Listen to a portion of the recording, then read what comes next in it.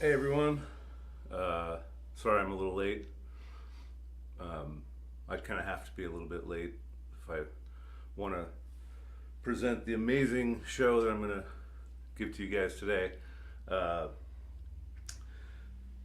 Otherwise, you'd end up seeing my other look. Uh, hair like up to here, like Tom Waits working in construction.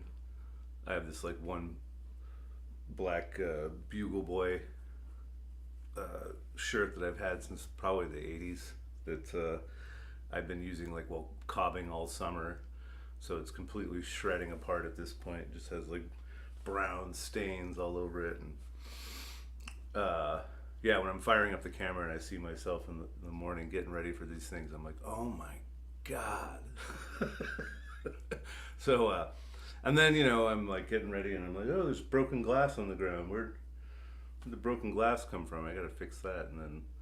Uh, and then like, oh, I'm out of coffee right at the crucial moment. So I had to get myself all set up for that stuff. Mm. Anyway, so what's new? What's new? What's new?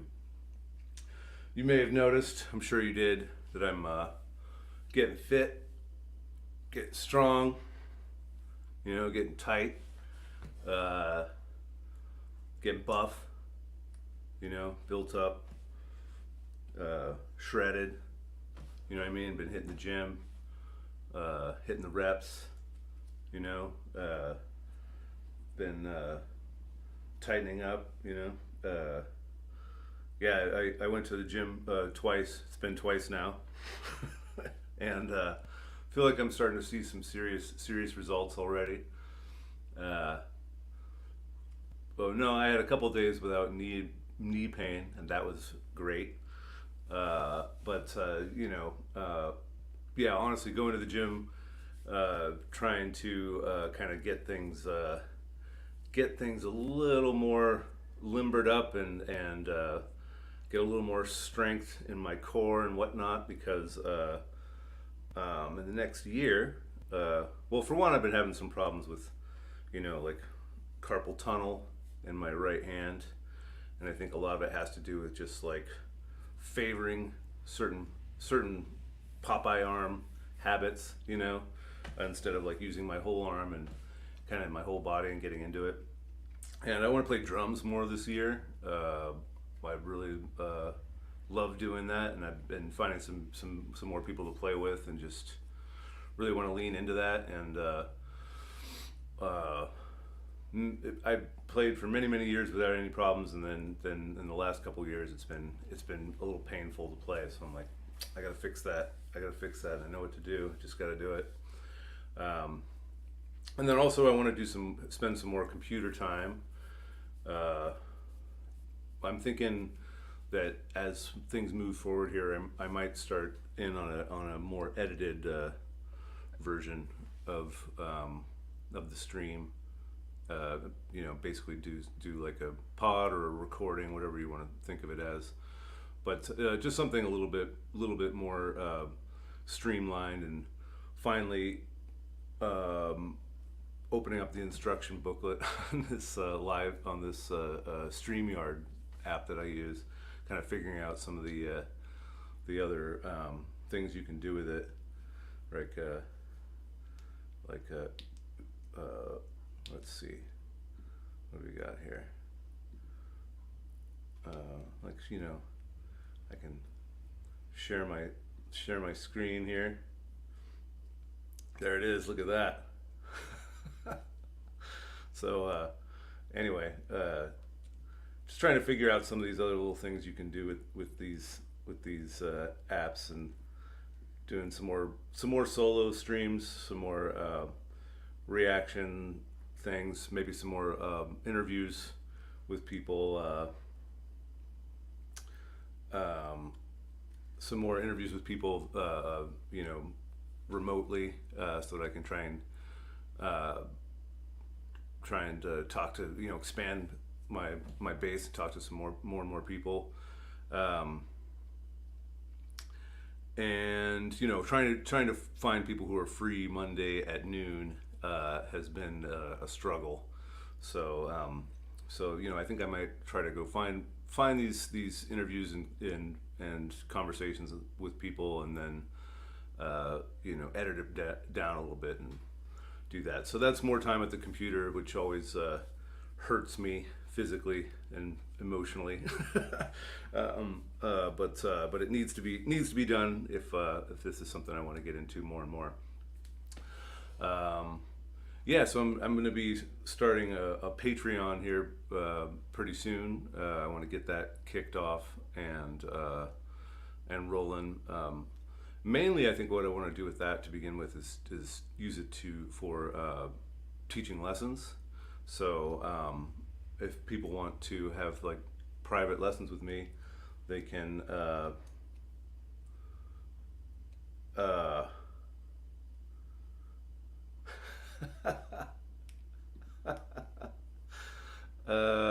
my goodness.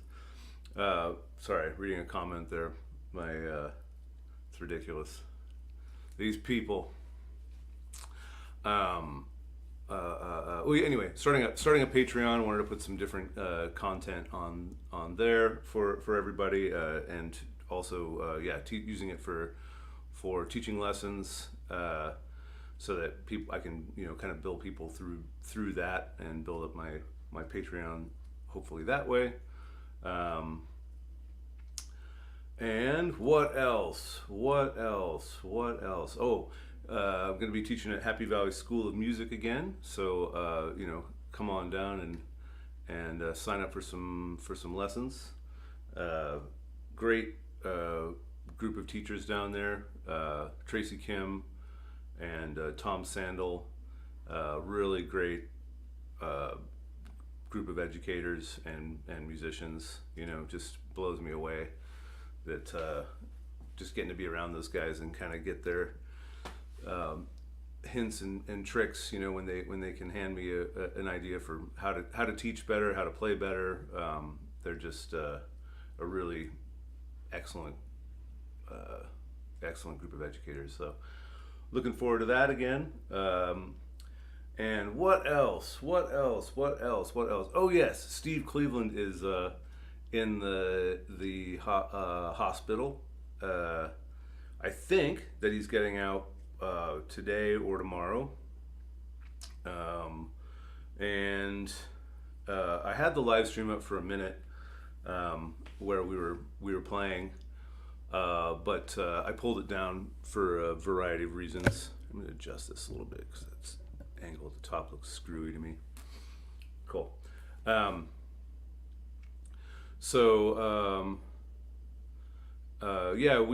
were playing over at Ethos Music, which I started to think that maybe there'd be a problem with having kids on camera or something like that, but really it didn't. You couldn't really see in the video like anybody. It was so heavily backlit.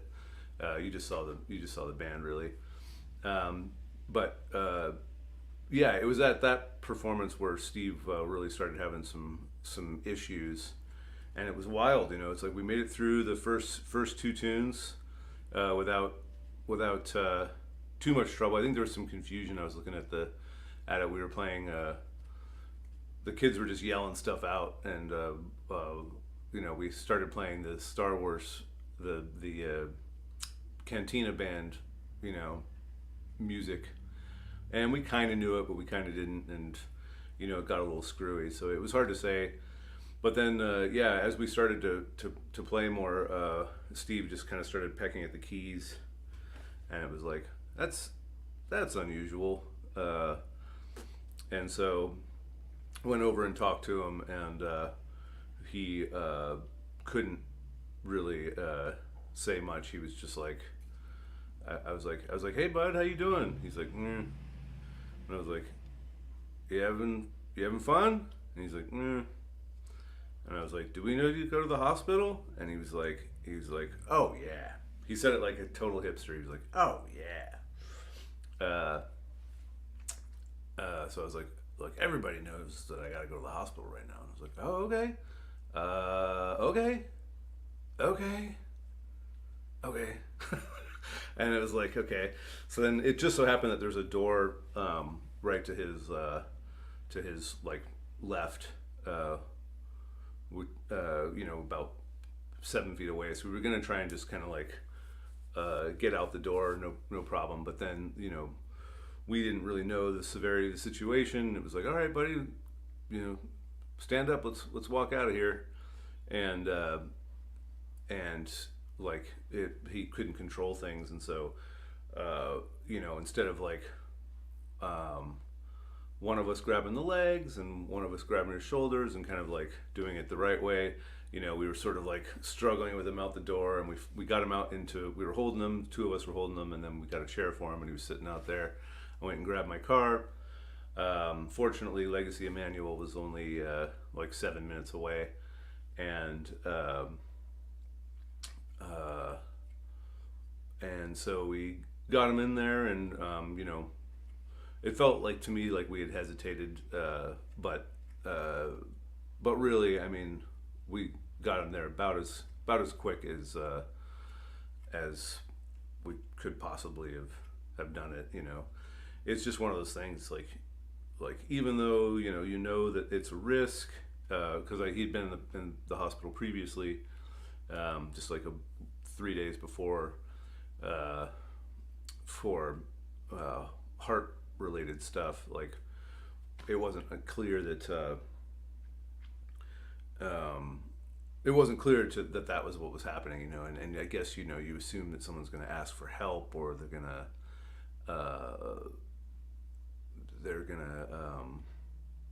I don't know, make some sort of a motion that they need help, but he like just didn't really. He just kind of like was grooving right along, and maybe not aware for a second himself, like he never had strokes, what I mean. So it's like one of those things where this is happening, but by the time you realize it, he's already in kind of la la land. I don't know. It's hard to say. We'll have to ask him about it. He'll be back. He'll be back here pretty soon. So yeah. So fortunately, I think things are moving along really really well. Like I went and visited him a couple days ago, and he was already like finishing sentences for us. My mom and I went to go visit, and he was already, we were like, what's that thing that they do where they with the heart, and he's like, you mean cardioversion? And I was like, yeah, that's it. So he was already thinking pretty quickly at that point. So I'm hoping. And then I think the next day, Whit Draper brought him a keyboard, so that he had something to play on, some hand-eye coordination help. And so yeah, so I mean, I think for a guy who had a stroke, he had a pretty good situation. Like he had pretty good luck, like considering what happened. So so hoping all for the best, and hoping that maybe we can figure out some sort of way for Steve to not be working quite so hard, and taking all the gigs, and just taking some of the gigs when he wants to, or not gigging at all if it's not fun anymore. Yeah, hopefully we can figure something out for Steve to have some sort of cushion from that kind of thing happening again. Working until you drop. So anyway, yeah. So I figure if I want to go into this or not, but yeah, why not? Everything's going to be real wackadoo with this election coming up, and I just wanted to float the idea out there that and I'm sure there's a lot of other people talking about it too. But this election looks to me, I think it looks to everyone else like it looks like most elections look like to me, which is that you have like the exact same person on both sides of the stage. You know, one of them with a red tie, and the other one with a blue tie. Like and I don't mean to really insult uh, the candidates. Honestly, it's not really that. It's just it's the fact that we don't really need a president. It's an old throwback to the monarchy, or to maybe even further back than that. The kind of tribal thought process of we need a leader that we can trust so that we can kind of shut off our minds. And I just want to ask, like, if they really wanted us to vote,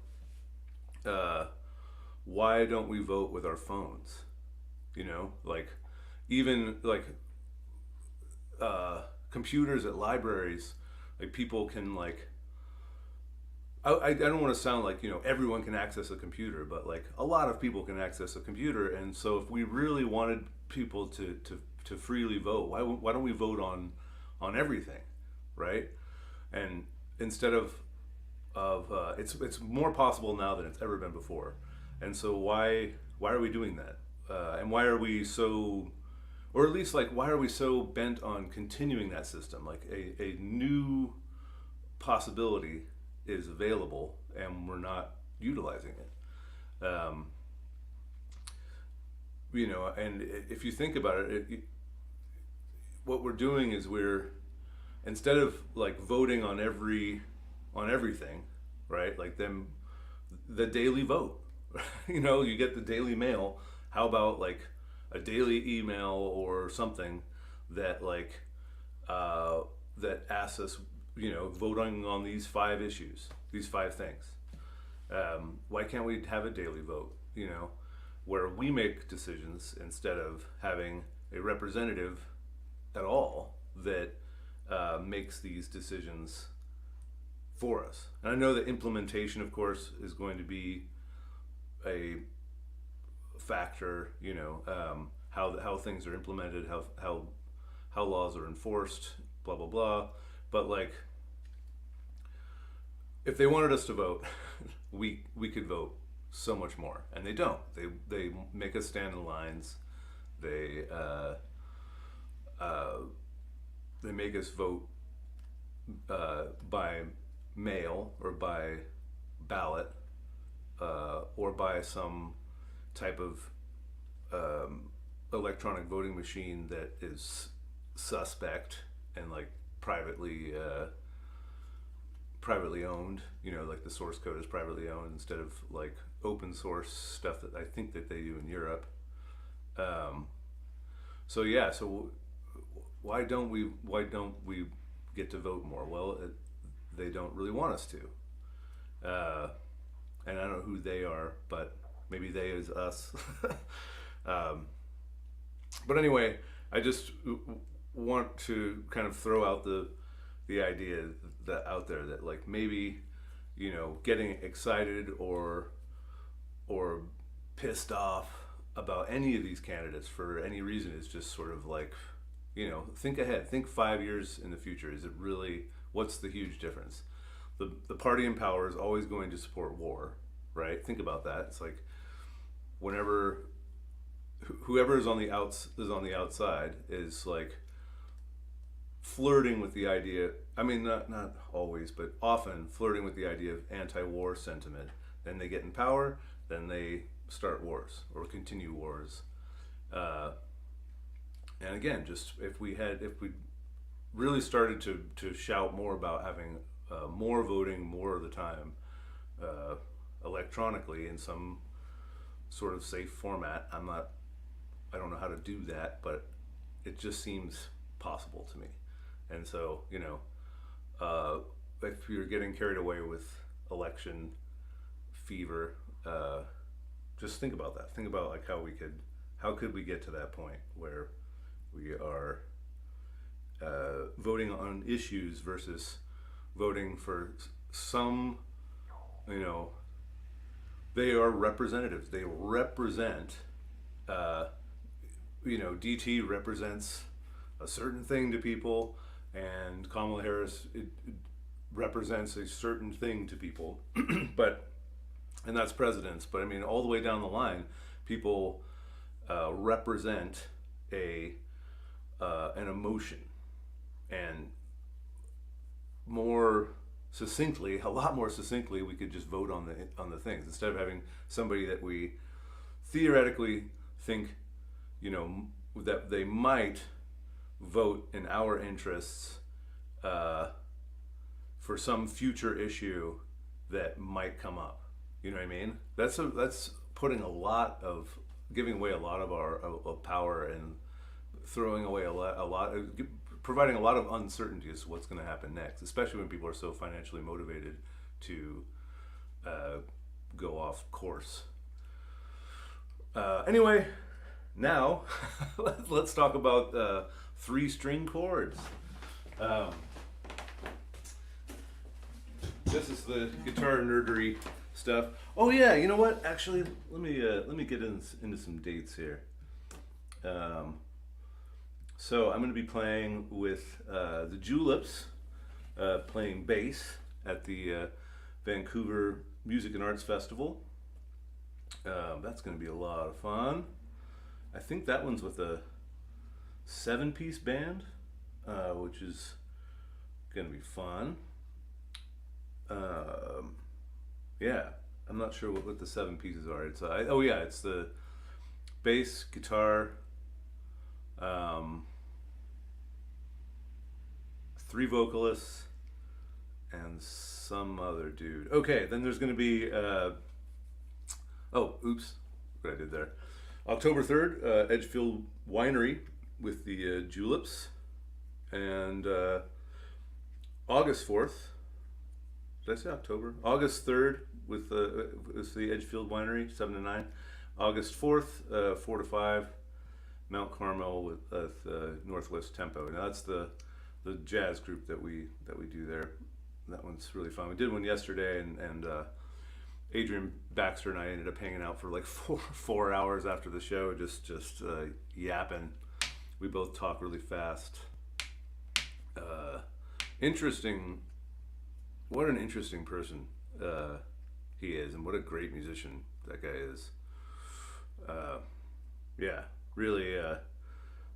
Really eye-opening and interesting conversation with him. He showed me a whole bunch of his herbal remedies and stuff. So I'm trying to get into that, because I'm trying to understand that more, because for a variety of reasons. But health issues come up, and I would love to know enough to know alternatives to pharmaceuticals. I think that food-based healing just makes so much more sense when you isolate. Well, for one, they isolate these things because they can patent them. So the financial end of it, like, determined how the science was done, I think. So they're isolating certain supplements, and you take them, but you don't necessarily absorb them because they're not paired with other supplements, with other vitamins and other I don't know fibrous material. Somehow these things are delivered better, I think, in the form of food. So I'm trying to figure that out. Trying to figure out what teas I can. He showed me how to make like a dandelion tea that was for being a diuretic, for trying to get certain types of edema and stuff taken care of. It was really cool.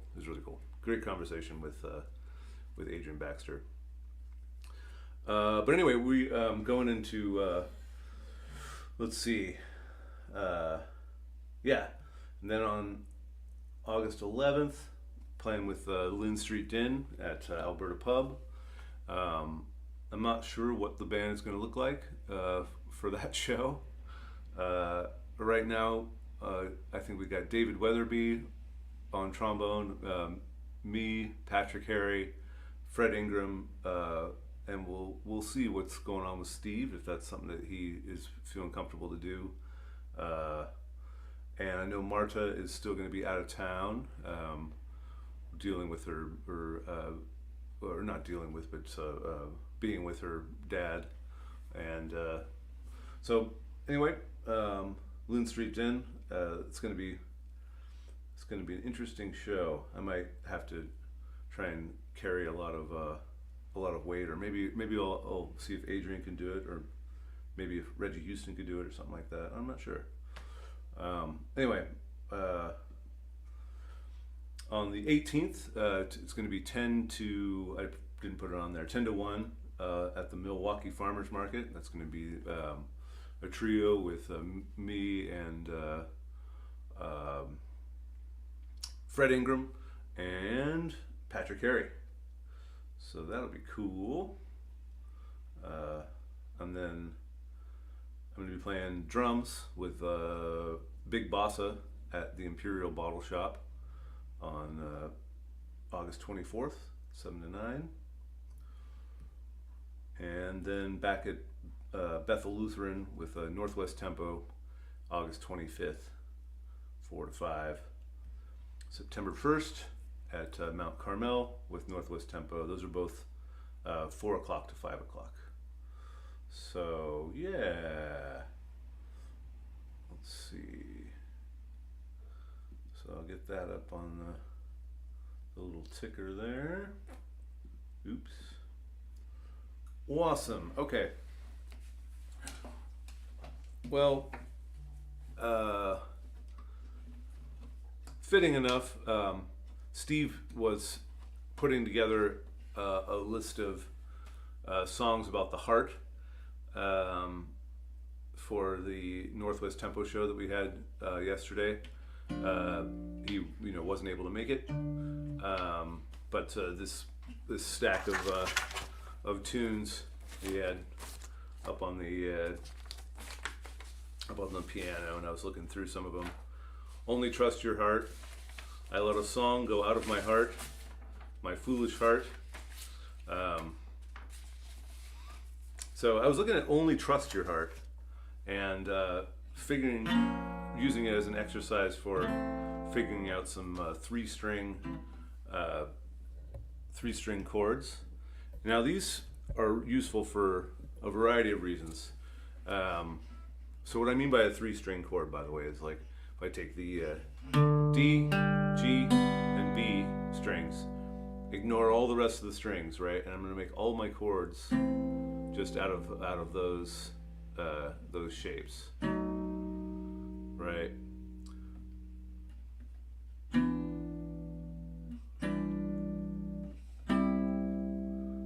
All right. So what that helps you do is, for one, I'm gonna move the camera instead of shuffling myself. It might be kind of noisy. Sorry about that. Let's see if that's gonna work. Cool. Okay. So the cool thing is about these 3-note chords is that, for one, they help you to get some solo ideas, right? If you know how to move through some of these, like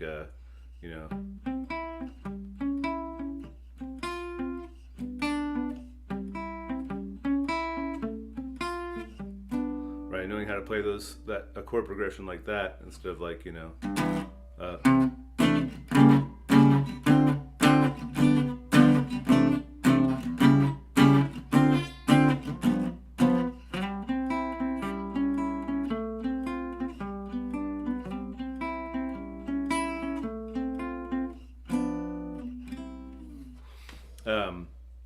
what that does is it gets you some of the most cutting notes on the guitar, right? When you have a mix where you're playing with a bass player and a piano player, maybe another guitar player, drummer, singer, right?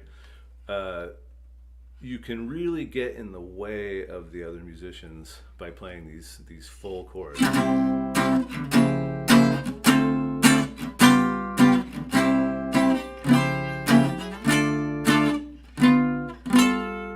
Right? Sounds good for like certain rhythm guitar things. I grew up, or I didn't grow up. I spent a lot of time trying to, well, first of all, just learning these chords. You know, I was a drummer first for many years, and then realized you couldn't play it around the campfire.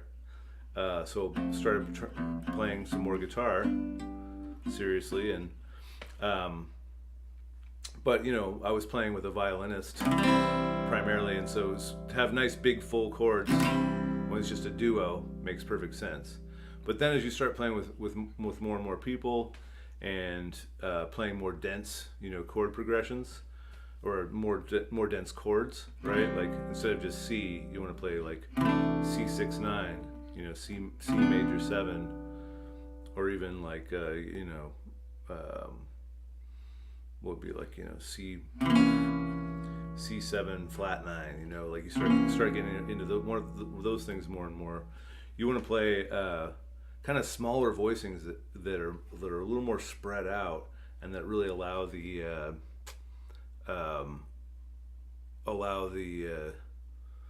chord changes to be heard. So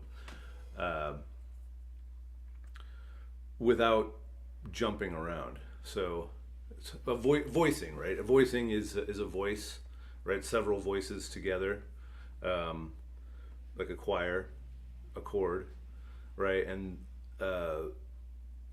it's a voice, right? And so you have when you're singing, you don't tend to jump very often, right? If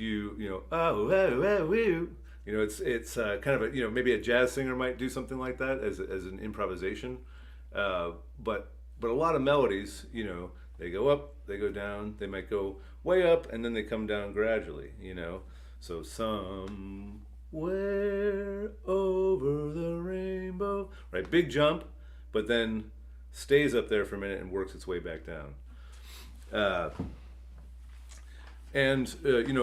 So when you're playing chords on guitar, a lot of times you're playing what you know, and you're slamming it down however you can get it to work, right? So let's say I know this G, right? I know this diminished, right? I know this A minor, and I know this D7, right? So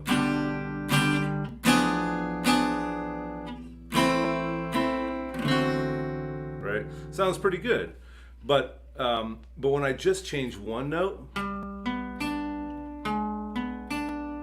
right, there's a certain quality that you get, then change these notes. Right, keep one of them the same, just change those ones up a little bit, and then, right, you really hear those chord movements.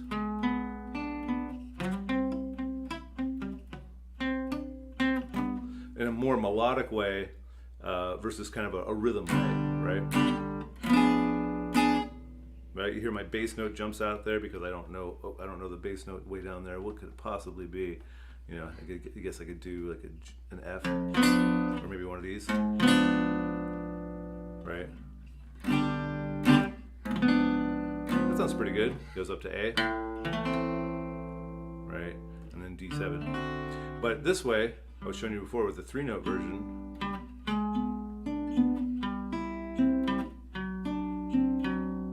Right, everything's right there, and then that note brings you right back to the G. So let me take the first A section of this song, "Only Trust Your Heart." I'm looking at here. I'm gonna get better at this stuff. I swear. I'm gonna spend some time in that machine. I'm gonna figure out how to get stuff up on the screen so I can be professional. But anyway, you can see we have F major 7, right? We have that B7 sharp 9. The Jimi Hendrix chord. We have the E minor there, E minor 7, A minor 7. Was that D minor 7? Then what am I seeing there? G7, G7 sharp 5, and C major 7, right? So let me take you through. Maybe you know some of these chords, maybe you don't. I'm gonna, kind of assume this is up at a moderate level of like jazz guitar playing. So maybe you know this F major 7, right?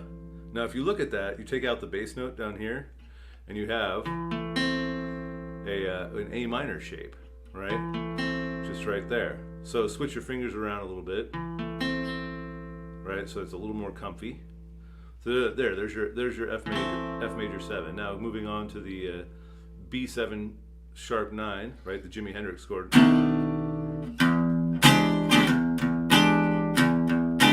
Right? Take that shape, put it down here, right? Drop out the B. Right? So we move from,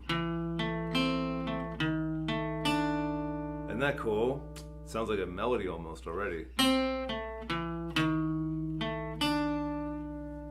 I love stuff like that. And then to the E minor 7, I could stay away from the open string, right? Right now I've got a 3-note chord. I'm going E, G, and D there, right? I could just put the 5th in right there. Have a nice, keep these all bar chords, right? All chords that are with the strings are all pushed down. Yeah, so F major 7, right? B7 sharp 9, E minor 7, right? And you can see how close those are, right? This one's moving up a half step, right? This one's moving up a whole step, right? And this one staying the same. I forgot to mention the other thing that 3-note chords get you is you want to stay out of. I was talking about staying out of the way, right? If you're playing down here on guitar, believe it or not, you're well into the bass player's range, right? Your open E is the second fret of the D string. That's a pretty low note, right? And regardless whether it's the same note or not, it's the same timbre, and it really can mush up what's going on with the bass player. If you can get your tone right to kind of get that out of there, but you can also just omit those notes, and then when you bring them back in later, it really makes a statement. You know what I mean? But anyway, so and the other thing is going up high, right? When you get up onto the E string, that's pretty high, right? That's kind of getting up into the violinist range, and really is a great thing for playing melody notes, right? And by playing these 3-note off the D, G, and B strings, right? These 3-note chords, if you have that pinky free, play tick-tock guitar, as one of my students called that tick-tock guitar when I showed it to him. I was like, oh, that's too bad. I imagine that was tick-tock guitar from a couple years ago. It's probably already retro, right? And then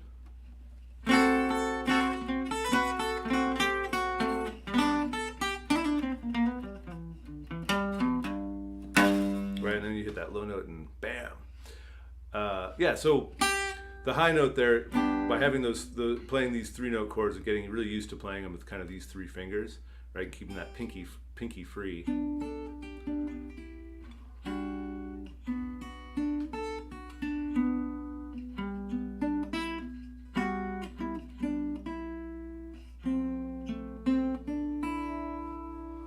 So another thing to keep in mind with these 3-note chords, the high notes are getting pretty high, the low notes are getting pretty low, and so that one actually reminded me that I wanted to say, you can find a decent baritone ukulele these days, like a really pretty good one for I don't know, $75 or less, something like that, you know.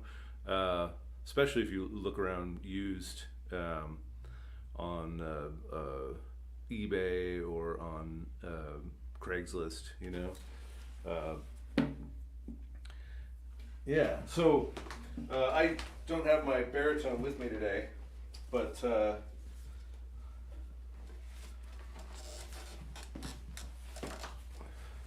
actually left it over at my girlfriend's house so that I could practice some of that stuff, you know, and again avoid the E and A strings. Yeah, so with this, right, what I've done is I've set it up in what they call Chicago style, and this is the D, G, B, and E strings of a guitar, right, with the E string and A string omitted here, right? So just like a ukulele, right? Here's your C, if you know some ukulele, right? Here's your C major. No, here's your F major. There's your, on ukulele, this would be your C, right? And then you got your, your G that everyone knows. And you're back to C. Now on this instrument, if this is a G, right? This is a C, this is a D7, and a G, right? Same exact shapes, but because the instrument is tuned lower, it makes different chords. So anyway, so again, playing this Only Trust Your Heart thing here to the E minor, to A minor, right, to D minor.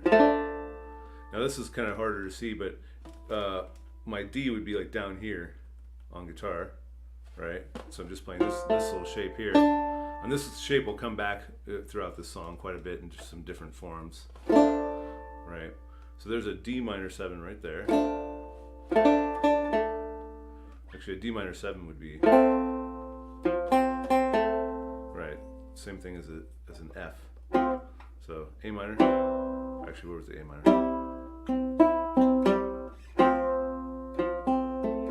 And then G7, G7 sharp 5 to a C major 7.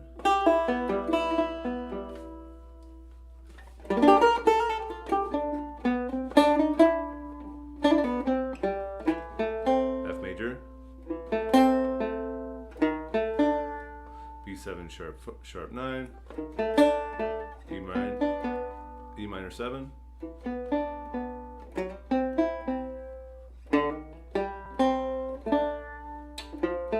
D minor 7, G7, G7 sharp 5 to C major 7. Actually, it goes to a C7 at that point. G minor, right? 3 note. G minor. G7 flat 5. So it's actually that note right there. G flat 7 flat 5 chord, right? Which I could just think of as a C7, right? On guitar, C would be right there. Boom. So yeah. So these three note chords are really great for chunk and rhythm because they poke through.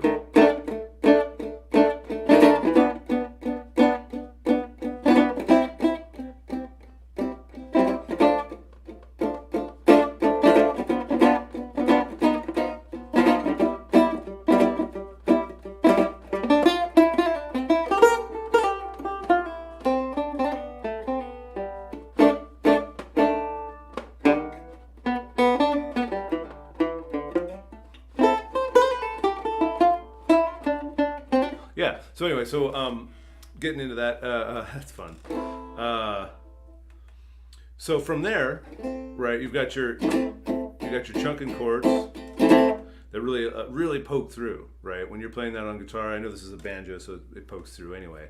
But when you're playing with a group, that sound really gets in there. And you can Freddie Green it, right? Freddie Green was a really great guitarist that knew how to play this really solid rhythm. In the right hand, with that kind of stuff, I just suggest downstrokes.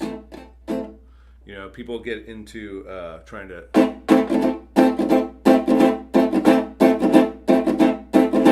and I don't get it.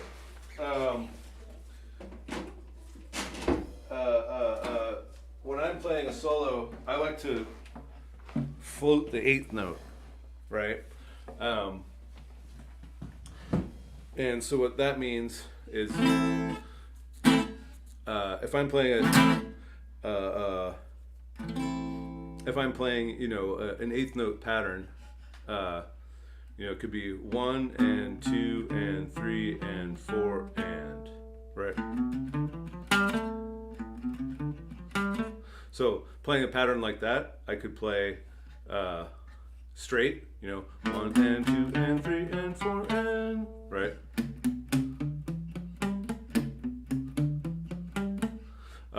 I could play swung, right?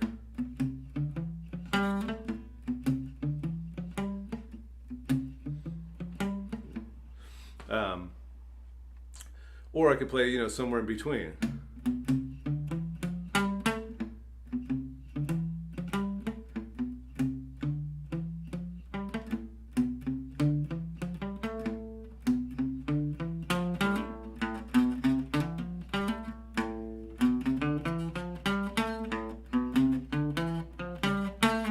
Right?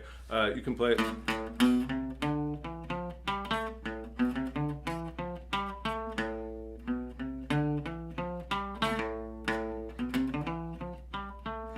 So it's really fun to be able to switch those things up, and when people are just going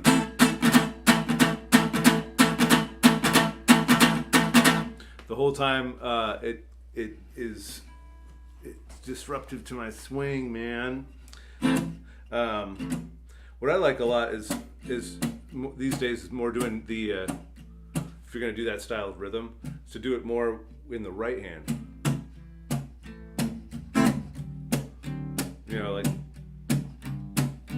Like a cowboy guitarist. Instead of these squeezes with the left hand, squeeze, squeeze, squeeze, squeeze, squeeze, squeeze, squeeze, squeeze.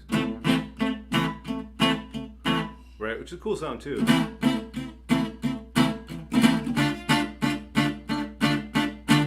But if you can get it in the right hand,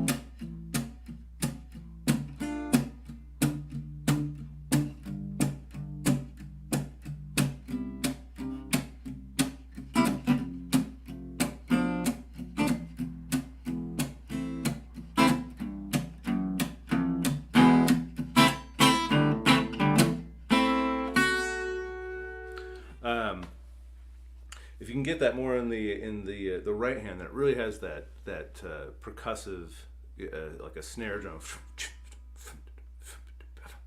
right? Instead of like such a strong 1, 1, 2, 3, 4, 1, 2, 3, 4, right? The one's real quiet on some of that stuff, and if you're doing this,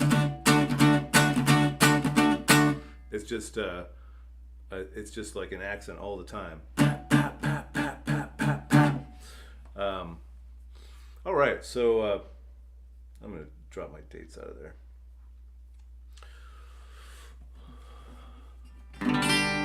Cool. Why did I pick up the guitar again? I had some. Oh yeah, I wanted to talk about that right hand rhythm thing. So, yeah, bringing this back to guitar for just a second. The only trust your heart here, right? If we're using those 3-note voicings for it, right? I put it on one place on the guitar, right? You could try it on another place up here too, right? So a B7 sharp 9 could be done like that, right? And probably, let's see, sharp 9.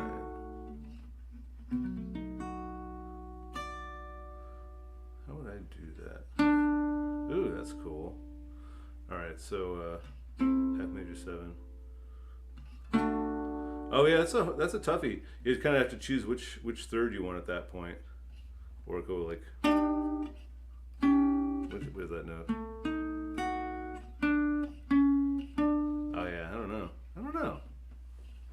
I'll just do the just do that little triad right there. So F major 7, B7, E minor,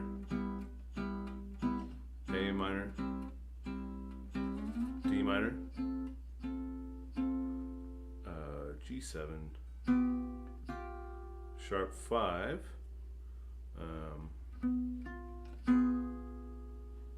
wait, is that it? D7 sharp 5. Oh yeah.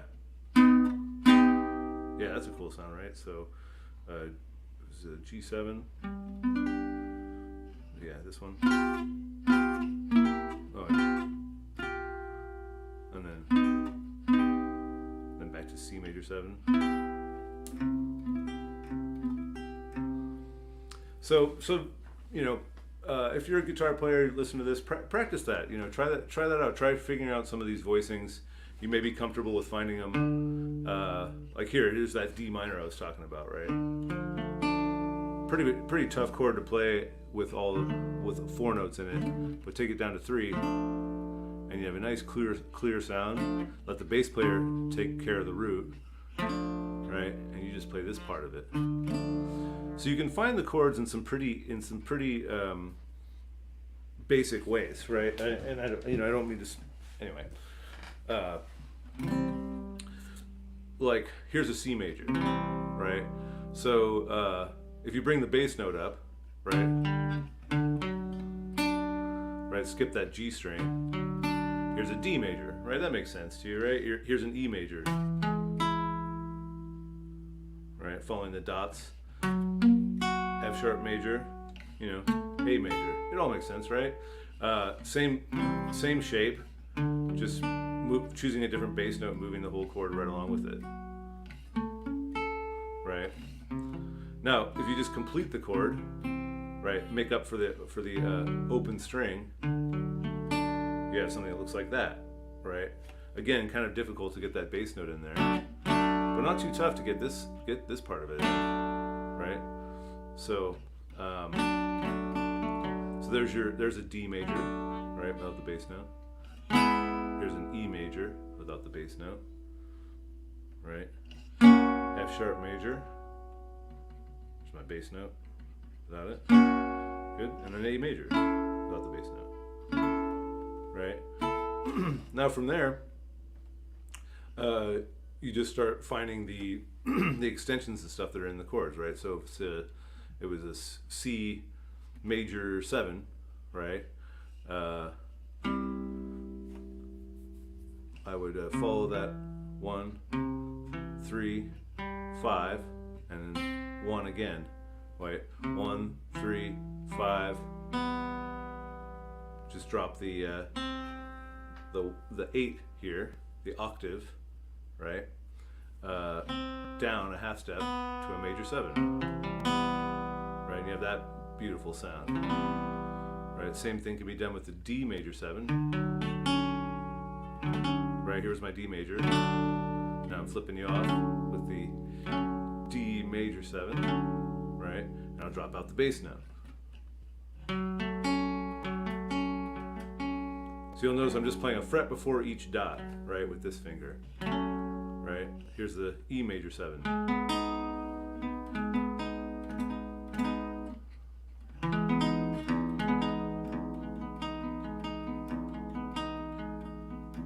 Right? Here's the F sharp major 7. Drop out the pinky. Right? Here's the A major 7.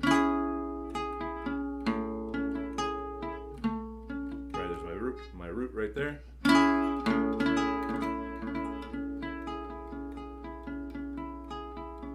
Right.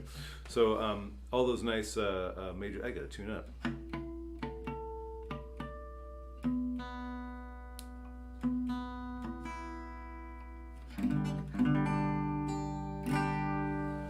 B string. It was always the B string. All right. Cool. Well.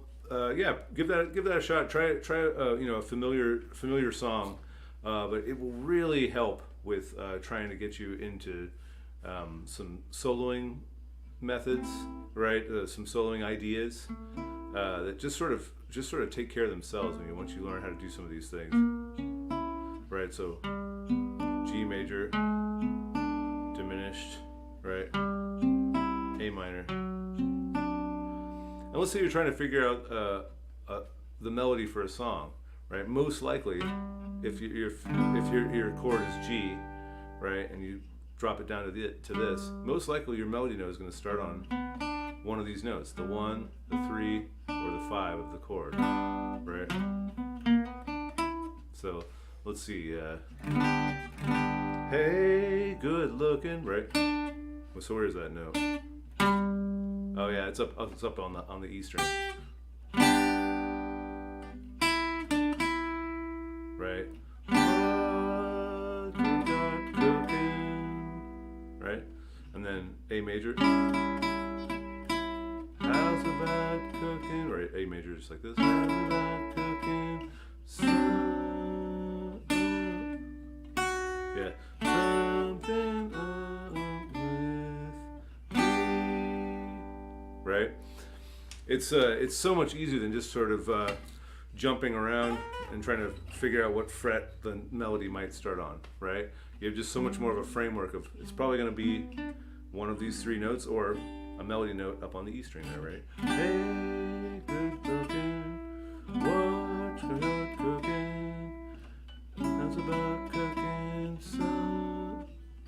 Yeah, something up with me. Right, that's kind of a. Again, though, that's kind of a difficult thing to figure out with off the E string there. But really, if you drop it again, I just dropped it down to a 3-note chord. Right. I actually didn't know the melody to this song before I just tried to do it just now. I usually play it like.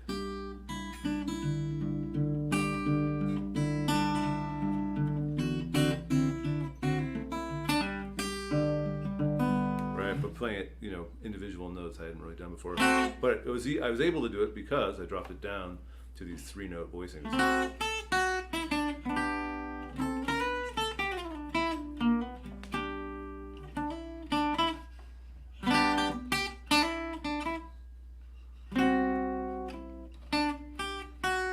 That was cool.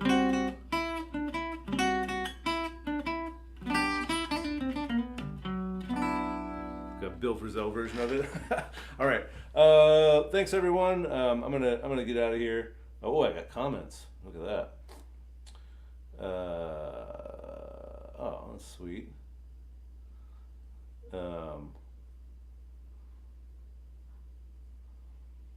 Heart themed songs. Oh, that's sweet. Heart themed songs. Steve's heart is the biggest, and I agree. Yeah, Steve's a really sweet person, and it's a bummer when bad things happen to good people, but that's the way it goes. So Steve will be back very soon, and I think feel free to. A lot of people ask me, is he cool to have a conversation? I think if he can't talk, he'll just ignore his phone, and if he can't text you back, he won't. But I'd say just reach out and see, say hi, say we're thinking about you, and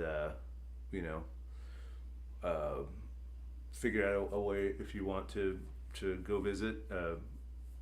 Might not be necessary at this point because you might be getting out really soon, but feel free to reach out. It seems I think when I was at the hospital, there was a crushing boredom to all of it. I'm sure he was sleeping a lot and stuff like that, but yeah, it was pretty boring in there. So I imagine he could use all the reaching out and all the love y'all want to give him. So thanks everybody, and we will talk to you soon.